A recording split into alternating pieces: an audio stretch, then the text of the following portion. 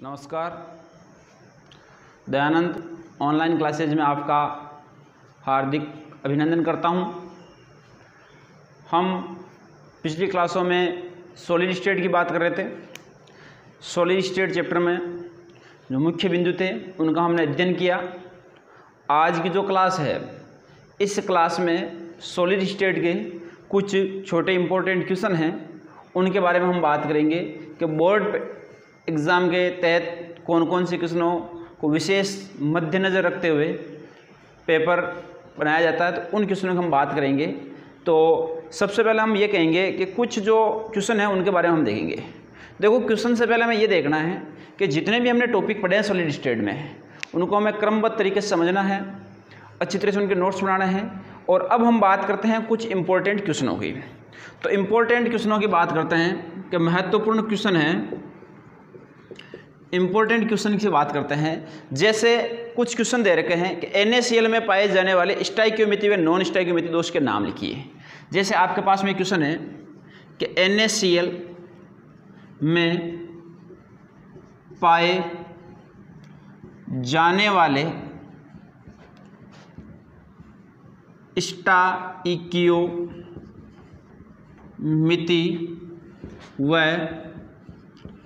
Non stoichiometry दोषों के नाम लिखिए। अब देखो, क्वेश्चन पूछ लिया, आपको एक यौगिक दे दिया NaCl। अब इस NaCl में एक रस समीकरणमिति दोष है और एक कौन सा है, अरस समीकरणमिति है। तो रस समीकरणमिति और अरस समीकरणमिति है, उन दोनों दोषों के नाम लिखिए। तो सबसे पहले जो स्टोइकियोमेट्री दोष होता है, जब आपने स्टोइकियोमेट्री दोष है और स्टोइकियोमेट्री दोष में आपने एक दोष पढ़ा था शॉर्टकी दोष। तो NaCl में स्टोइकियोमेट्री के तहत जो दोष पाया जाता है उस दोष को हम बोलते हैं शॉर्टकी दोष। कौन सा दोष बोलते हैं? शॉर्टकी दोष बोलते हैं। इसके अलावा जो NaCl होता है, NaCl में जो नॉन स्टोइकियोमेट्री दोष हैं कि यदि कोई यौगिक होता है उसमें ऋणायनी रिक्तिका उत्पन्न हो जाती है, तो ऋणायनी रिक्तिका उत्पन्न होने के कारण धातु आधिक्य दोष पाया जाता है। कौन सा दोष पाया जाता है? धातु आधिक्य दोष। तो ऋणायनी रिक्तिका के कारण जो धातु आधिक्य दोष पाया जाता है वह कौन सी प्रकृति का होता है? नॉन स्टोइकियोमेट्री दोष का। तो NaCl में जो स्टोइकियोमेट्री दोष है और एक कौन सा? Non stoichiometry. तो इन दोनों दोषों के बारे में हमें देखना है कि इन दोनों दोषों की प्रकृति कैसी है। तो सबसे पहले हम ये कहेंगे यहाँ पे स्टोइकियोमेट्री दोष। स्टोइकियोमेट्री दोष होता है, इस दोष में शॉर्टकी दोष पाया जाता है। कौन सा दोष पाया जाता है? शॉर्टकी दोष। NaCl के तहत शॉर्टकी दोष। नंबर 2 है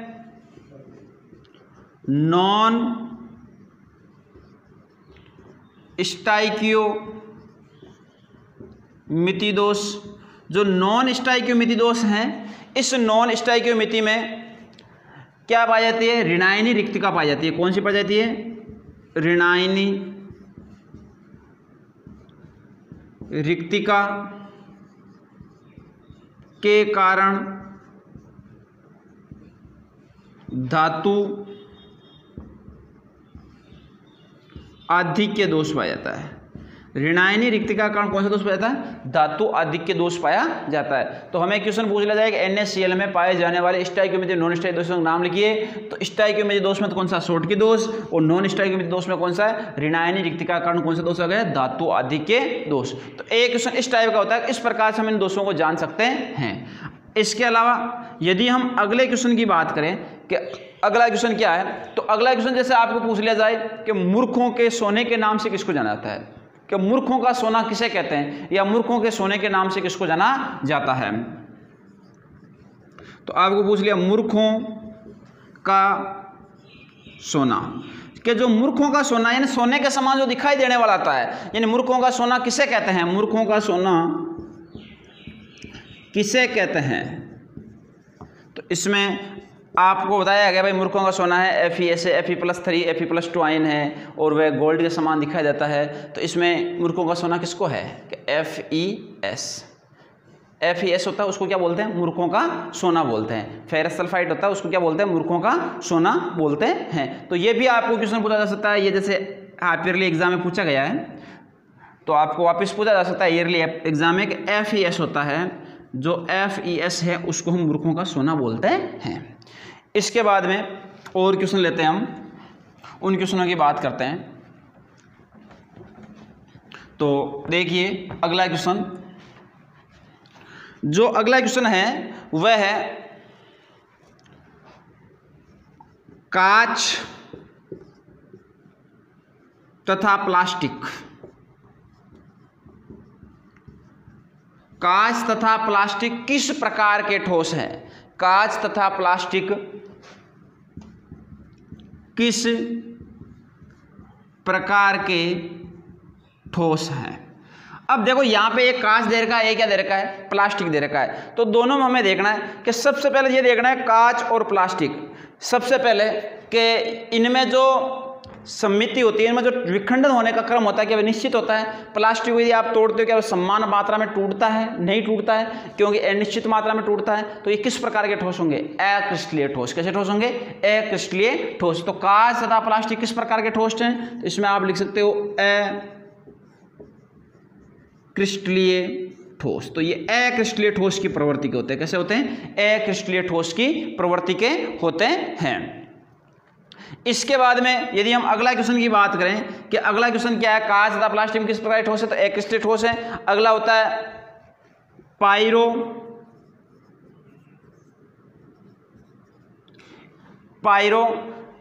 इलेक्ट्रिक।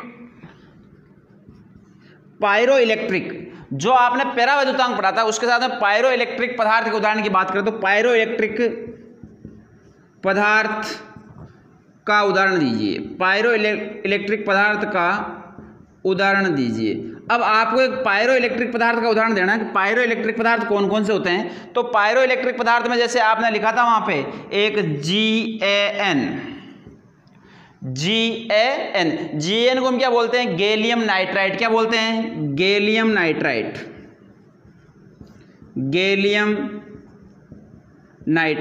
गैलियम नाइट्राइड होता है, वह एक पायरो इलेक्ट्रिक पदार्थ है। इसके अलावा आप ये भी लिख सकते हो CSNO3। क्या लिख सकते हो? CSNO3। इसको बोलते हैं सीजियम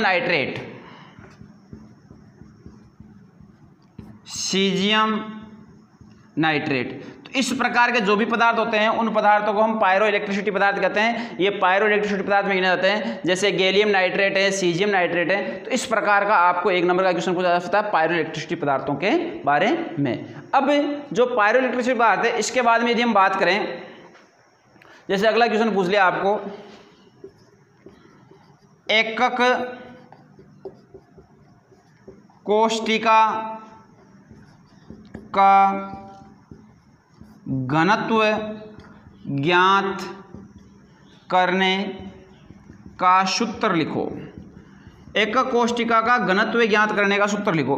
अब देखो आपको एकक कोष्ठिका दे रखी है, इस एकक कोष्ठिका में घनत्व ज्ञात करना है। घनत्व मतलब क्या? D ज्ञात करना है। घनत्व को हम किससे दर्शाते हैं? D से दर्शाते हैं। तो D ज्ञात करने के लिए हम लिखते हैं सबसे पहले कि घनत्व ज्ञात करने का सूत्र होता है D बराबर Z/m/a³/NA।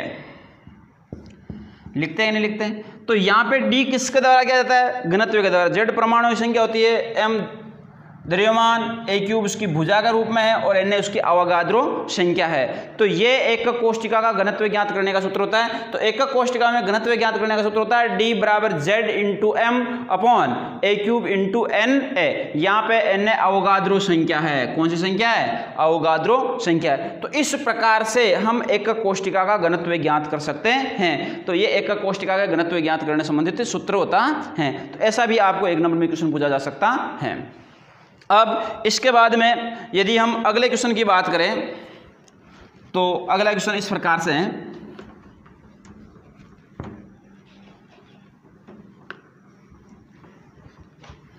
कि अगला क्वेश्चन है, जैसे आपको दे दिया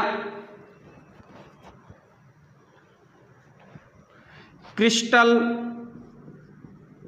या क्रिस्टलीय जालक में कुल अवयवी कण n हो तो, क्रिस्टलीय जालक में कुल अवयवी कण n हो तो प्रत्येक गोले के लिए, प्रत्येक गोले के लिए चतुष्फलकीय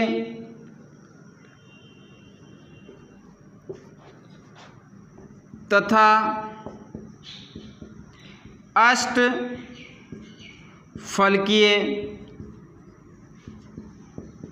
रिक्तियों की संख्या ज्ञात कीजिए। ओके, कि क्रिस्टल जालक में कुल अवयवी कण आपके पास में क्या दे रखे हैं, n हो तो आपके पास में जो कुल अवयवी कण तो क्या है, n है। तो प्रत्येक गोले के चतुष्फलकीय और अष्टफलकीय रिक्तियों की संख्या ज्ञात करनी है। जहां पे आपको चतुष्फलकीय रिक्ति संख्या ज्ञात करनी है, अष्टफलकीय रिक्ति ज्ञात करनी है। तो चतुष्फलकीय रिक्तियों में हमने चतुष्फलकीय रिक्ति ज्ञात करने के लिए क्या लिखा था, n यानी जो परमाणुओं की संख्या है उन परमाणु की संख्या हमें कैसे लेनी है, दुगुनी लेनी है कि 2n। ये और वहाँ पे क्या लेनी है, केवल परमाणु की संख्या लेनी है, 2 इंटू परमाणु की संख्या है, और वहाँ पे क्या थी, 1 इंटू परमाणु की संख्या थी। यदि आपको यहाँ पे चतुष्फलकीय रिक्तियाँ ज्ञात करनी है, कैसी रिक्तियाँ ज्ञात करनी है, चतुष्फलकीय रिक्तियाँ। तो चतुष्फलकीय रिक्तियाँ के लिए क्या आ जाएगा, 2n आ जाएगा, और अष्टफलकीय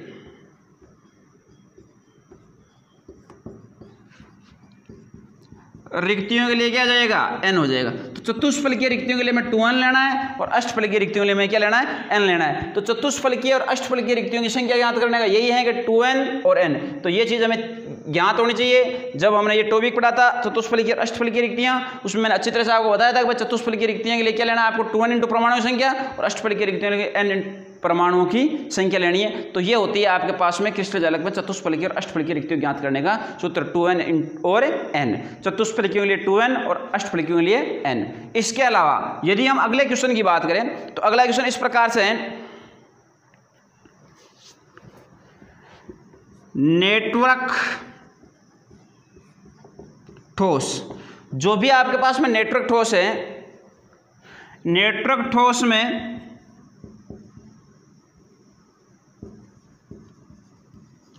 अवयवी कण व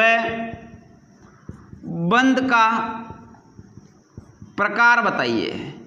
यानी जो नेटवर्क ठोस पाए जाते हैं उन नेटवर्क ठोसों में अवयवी कण किस प्रकृति में, अणु में है, परमाणु में या आयन में है, और उनके मध्य बंध कौन सा पाया जाता है। जो नेटवर्क ठोस था उन नेटवर्क ठोसों में हमने क्या था, एक अणु दूसरे अणु के परस्पर सतह के रूप में जुड़ा हुआ है, और वह परस्पर जुड़ने के बाद में नेटवर्क का मतलब होता है जाल, जाल नुमा गुथा हुआ। तो जाल के मध्य उन अणुओं के मध्य जो बंध पाया जाता है उसको कौन सा बंध कह रहे थे, सहसंयोजक बंध कह रहे थे। और सहसंयोजक बंध है, सहसंयोजक बंध किसके मध्य था, उनके अवयवी कणों के परमाणुओं के मध्य। अवयवी कण मतलब वहां पे क्या थे, परमाणु थे। और उन परमाणु की हम बात करें तो इसमें जो अवयवी कण है, इसमें अवयवी कण की जो प्रकृति रहेगी, अवयवी कण बराबर यहाँ पे क्या आएंगे, परमाणु, और बंध बराबर यहाँ पे क्या आएगा, सहसंयोजक बंध। तो ये हमें पता होना चाहिए कि अवयवी कण यहाँ पे अणु नहीं है, केवल क्या है, यहाँ पे परमाणु है।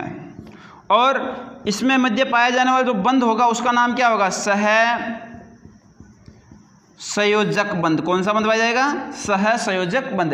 तो आपको ऐसा भी क्वेश्चन पूछा जा सकता है, नेटवर्क ठोस में अवयवी कण में बंध का प्रकार बताइए। तो नेटवर्क ठोस में अवयवी कण है वे तो क्या है, परमाणु है, और बंध कैसा है, सहसंयोजक बंध है। कैसा बंध है, सहसंयोजक बंध है। ये हमें पता होना चाहिए कि अवयवी नेटवर्क ठोस के अवयवी कणों की प्रकृति कैसी है। क्योंकि अवयवी कण है, नेटवर्क ठोस की सतह वही है कि वे एक जालनुमा सतह में गुथा हुआ रहता है, और अनेक प्रकार के जो परमाणु होते हैं वे सहसंयोजक बंध के द्वारा जुड़े होते हैं और एक निश्चित परत का निर्माण करते हैं। तो उस ठोसों को हम कौन सा ठोस कहते हैं, नेटवर्क ठोस कहते हैं। तो ये होता है इसमें नेटवर्क ठोस में अवयवी कण और बंध के प्रकार। अवयवी कण परमाणु है और बंध है सहसंयोजक बंध।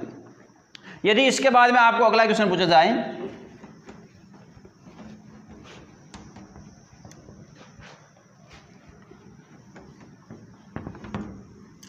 तो अगले क्वेश्चन के लिए जैसे अगला क्वेश्चन पूछ लिया कि जो आपके पास में फ्रैंकल त्रुटि है, फ्रैंकल त्रुटि में एजीसीएल, फ्रैंकल त्रुटि में एजीसीएल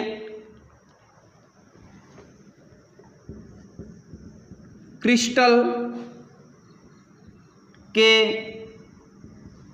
घनत्व में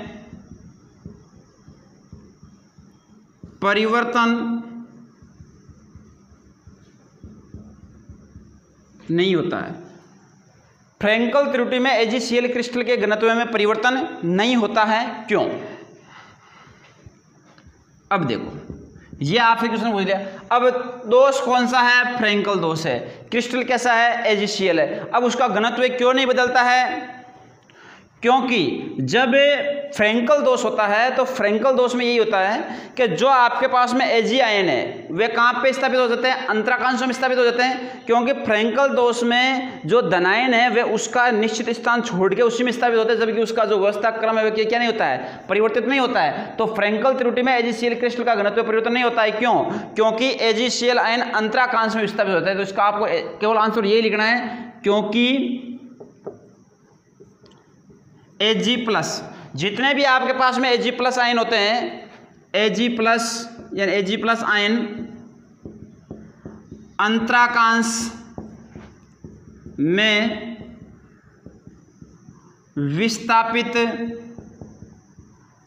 हो जाते हैं। यानी Ag+ आयन होते हैं वे किस में चले जाते हैं? अंतराकांश में विस्थापित होते हैं, और उस अंतराकांश में विस्थापित होने के कारण उनके घनत्व में किसी प्रकार का कोई परिवर्तन नहीं होता है। तो हमें ये ध्यान रखना है कि जो फ्रैंकल त्रुटि है, फ्रैंकल त्रुटि में AgCl रहेंगे, AgCl में जो Ag+ आयन रहेंगे जब इनका विघटन होगा, और यहाँ पे Cl- आयन रहेंगे। जो Ag+ आयन है वे निश्चित जो क्रम है उसमें से किस में चले जाएंगे? अंतराकांश में चले जाएंगे, और अंतराकांश में चले जाने के कारण उनके घनत्व में किसी प्रकार का कोई परिवर्तन नहीं आएगा। अब इसके अलावा यदि हम और क्वेश्चन की बात करें तो हम ये कह सकते हैं कि जैसे आपको एक क्वेश्चन और पूछ लिया कि वर्ग 13 एवं वर्ग 15, वर्ग 13 एवं वर्ग 15 के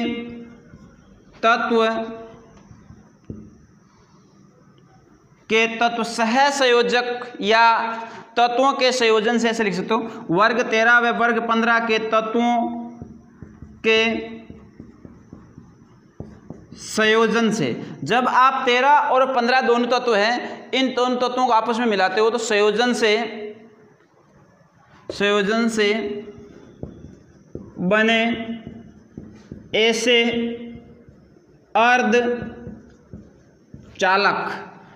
बने ऐसे अर्धचालक का नाम व सूत्र लिखिए। नाम व सूत्र लिखिए जो संकेतों को तुरंत पहचानने में सहायक होते हैं। यानी आपको एक 13 उर्वरक का तत्व लेना है, एक 15 उर्वरक का तत्व लेना है, उन दोनों का आपस में क्या करना है? संयोजन करने से किसका निर्माण होगा? अर्धचालक। उस अर्धचालक का नाम व सूत्र लिखना है। उसका कार्य क्या है? जो संकेत होते हैं जितने भी, उनको तुरंत पहचान करने में वे क्या होता है? सहायक होता है। तो इसको आपको लिखना है। तो इसमें आता है आपके पास में एग्जाम्पल में गैलियम आर्सेनाइड, GaAs, इसको बोलते हैं हम गैलियम आर्सेनाइड। क्या बोलते हैं? Gallium arsenide. तो ये जो गैलियम आर्सेनाइड होता है, ये गैलियम आर्सेनाइड होता है, इसमें 13वां और 15 दोनों वर्ग के तत्व हैं। इन दोनों को आपस में संयोजित किया तो किसका निर्माण हुआ? अर्धचालक का। तो नाम तो क्या हो गया? गैलियम आर्सेनाइड, और सूत्र क्या है? GaAs। इसका कार्य क्या है? जितने भी संकेत होते हैं उनको तुरंत पहचानने में क्या होता है? सहायक होता है। तो तुरंत पहचानने में सहायक होने के लिए इसका गैलियम आर्सेनाइड का उपयोग किया जाता है। अब इसके अलावा एक क्वेश्चन हम और लिखते हैं।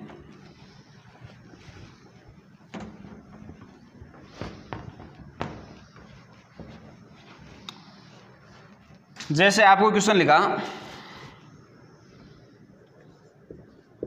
पीला ZnO जिंक ऑक्साइड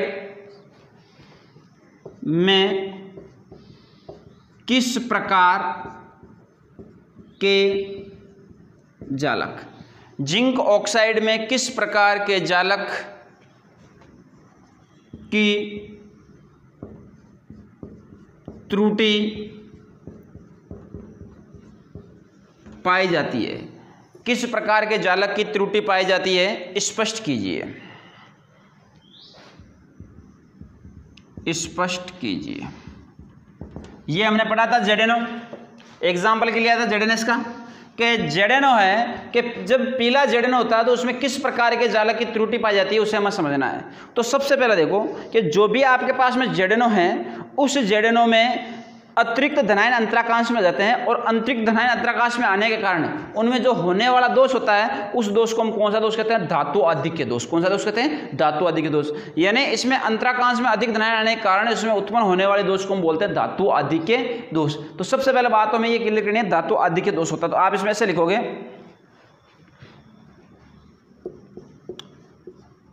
अतिरिक्त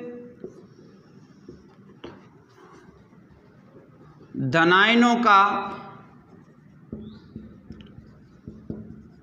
अंतराकांश में आने पर धातु आधिक्य दोष उत्पन्न होता है। तो सबसे पहले बात तो ये हो गई कि इसमें अतिरिक्त धनायन है, वे किस में जाते हैं? अंतराकांश में, जिसका दोष कौन सा उत्पन्न होता है? धातु आधिक्य दोष होता है। अब धातु आधिक्य दोष के बारे में हम कहते हैं कि जो आपके पास में ZNO होता है, यह ZNO हमेशा जो कमरे का ताप होता है, कमरे के ताप पर कैसा रहता है? सफ़ेद रहता है, वाइट रहता है। ZNO कमरे के ताप पर कैसा रहता है? सफ़ेद रहता है। और सफ़ेद रहने के बाद में यदि हम ZNO को क्या करते हैं? गर्म करते हैं। यदि इस ZNO को गर्म किया जाता है तो ZNO में जो ऑक्सीजन होता है वह ऑक्सीजन क्या हो जाती है? इससे मुक्त हो जाती है। ZNO को जब गर्म किया जाता है तो इससे O2 मुक्त हो जाती है। क्या होती है? O2 मुक्त हो जाती है। और O2 मुक्त होने के बाद में जो आपके पास में जिंक बचता है, वह जिंक क्या करता है कि जिससे इलेक्ट्रॉन क्या चले जाते हैं? अंतराकांश में चले जाते हैं। और इलेक्ट्रॉन अंतराकांश में चले जाने के कारण, इलेक्ट्रॉन मुक्त होने के कारण इस क्रिस्टल का रंग कैसा हो जाता है? इसके क्रिस्टल का रंग कैसा हो जाता है? पीला हो जाता है।